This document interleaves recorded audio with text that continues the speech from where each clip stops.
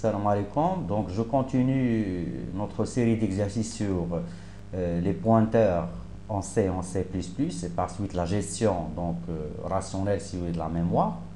Donc, le second énoncé dit la chose suivante. Donc, écrire un programme permettant, donc étape par étape, permettant en premier lieu la déclaration d'un tableau dénommé T de 5 éléments réels et d'initialiser ce tableau T avec les valeurs suivantes. Donc, on vous demande de déclarer donc un tableau dénommé T composé de 5 éléments et d'initialiser par suite ces éléments par les valeurs suivantes. Donc, je vais copier-coller ces valeurs.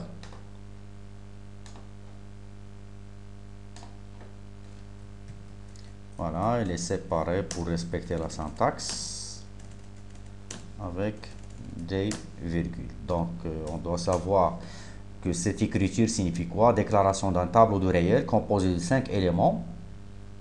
Initialisation de ces 5 éléments respectivement par les valeurs suivantes. Donc, c'est-à-dire T de 0 va recevoir 12, T de 1, 11, T de 2, 5, T de 3, 10, T de 4, 2. C'est-à-dire le dernier élément, il vaut 2.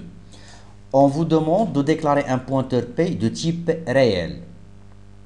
C'est-à-dire déclaration d'un pointeur dénommé P, un pointeur qui peut, donc déclaration d'un pointeur dénommé P de type réel, c'est-à-dire que le P peut stocker une adresse mémoire pointant sur un élément de type réel.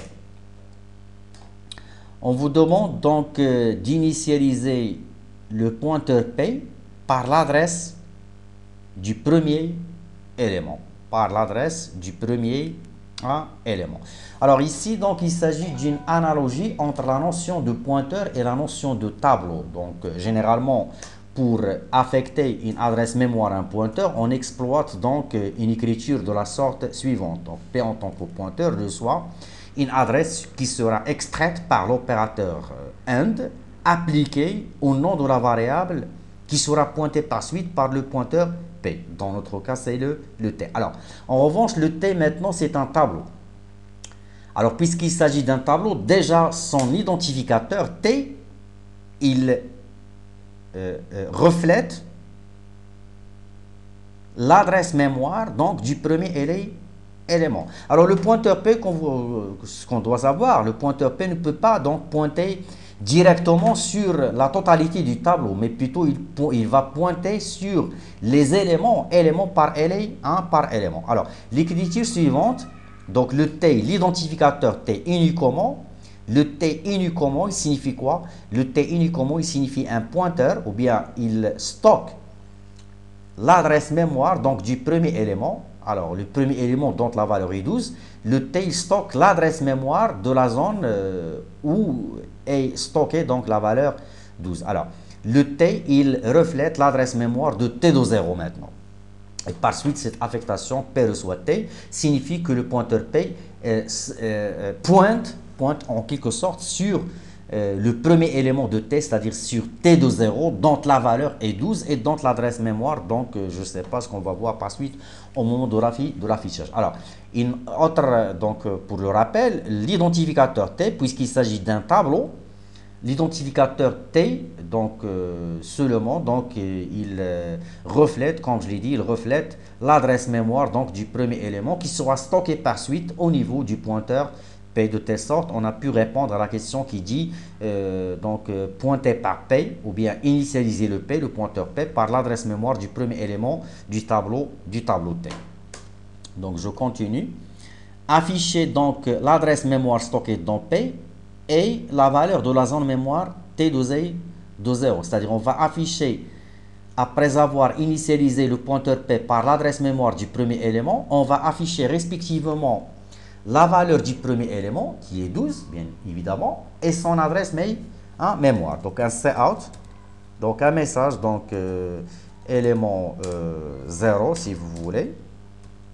Donc, on va afficher que ce soit la valeur ou bien l'adresse du premier élément en exploitant le pointeur P. Donc, je vais exploiter la déréférenciation du pointeur P. Donc ici, il ne s'agit pas d'afficher l'adresse stockée dans P, mais plutôt d'afficher la valeur pointée par P qui est celle de T de 0 qui est effectivement 12. Et d'afficher par suite son adresse. Son adresse qui est donc l'adresse stockée dans le pointeur P et un retour vers une nouvelle ligne. Donc on va tester l'exécution de ces deux instructions. Je compile, j'exécute. Alors, donc après avoir déclaré et initialisé notre tableau, après avoir déclaré le pointeur P, donc je rappelle, cette affectation signifie, donc l'identificateur T uniquement, il reflète, comme je l'ai dit, l'adresse mémoire du premier élément qui sera stocké par suite au niveau de P. D'accord. L'instruction cout donc va concrétiser ce que je dis. Donc la valeur du premier élément, donc après avoir déréférencé le pointeur P, la valeur du premier élément c'est 12. Voilà. Son adresse mémoire est la suivante. Donc je vais agrandir l'affichage écran pour voir cette adresse. Donc c'est une adresse donc 22.2f1.20. Et la valeur stockée dans la zone dont l'adresse est la suivante, la valeur est 1 et 12. Donc je continue. On vous demande maintenant d'incrémenter le P, c'est-à-dire d'incrémenter le pointeur P. Alors, maintenant il s'agit de l'arithmétique des pointeurs. Alors, l'incrémentation du pointeur P, donc c'est une incrémentation que vous avez fait par le style C++, donc par une écriture de la suivante P++. Alors, ce qu'on doit savoir maintenant, ce n'est pas une incrémentation d'une valeur, enfin c'est une incrémentation d'une valeur. Mais quelle en est la valeur de P? Le P, il stocke une adresse mémoire. Alors, on demande ici d'incrémenter cette adresse mémoire. Et vu que cette adresse mémoire, comme je l'ai dit, elle est codée en hexadécimal, donc il s'agit ici de décaler cette adresse par 1. Et par suite, le pointeur P, il va stocker maintenant l'adresse mémoire de l'élément suivant, c'est-à-dire il stocke maintenant, en quelque sorte, après l'avoir incrémenté, il stocke l'adresse mémoire du second élément dont la valeur est 11. Alors ici, le P il pointe sur T de 0, après incrémentation du pointeur par 1, le P pointe maintenant effectivement sur l'élément T de 1. Ici, il pointe sur l'élément T de 0, ici, il pointe sur l'élément T de 1, T de 1. Donc, je crois qu'il nous demande donc d'afficher le pointeur P, c'est-à-dire l'adresse, et l'élément pointé par P, ou bien l'élément pointé par P et l'adresse mémoire stockée dans P. Donc, ça revient à copier-coller donc l'instruction pour concrétiser d'accord, le fonctionnement. Alors, ici, un cout qui va afficher la valeur du premier élément, qui est la déréférenciation du pointeur P après l'avoir incrémenté. Alors le P, il incrémente, comme je l'ai dit, il pointe pardon, sur le second élément. Donc l'adresse donc et sa valeur, donc effectivement, donc je vais compiler et réexécuter donc pour voir le résultat. Alors ici, donc le P pointe sur le premier élément qui est l'ID donc du tableau T, dont la valeur est 12 et dont l'adresse est la suivante. Donc après avoir incrémenté le P, donc il s'agit ici d'une incrémentation d'une adresse mémoire. Donc vu que l'incrémentation a été appliquée directement sur le pointeur P, donc la valeur du second élément, donc après avoir déréférencé le pointeur, c'est 11, c'est-à-dire la valeur de T de 1. Donc l'adresse est l'adresse donc du second élément.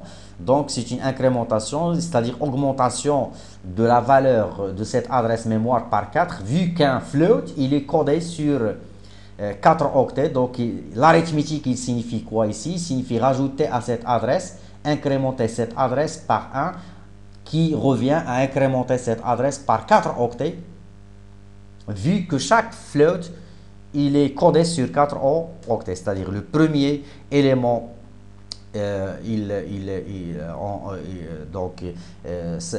l'espace mémoire qui a été réservé pour le T en totalité, c'est 4 fois 4, c'est-à-dire 16 octets.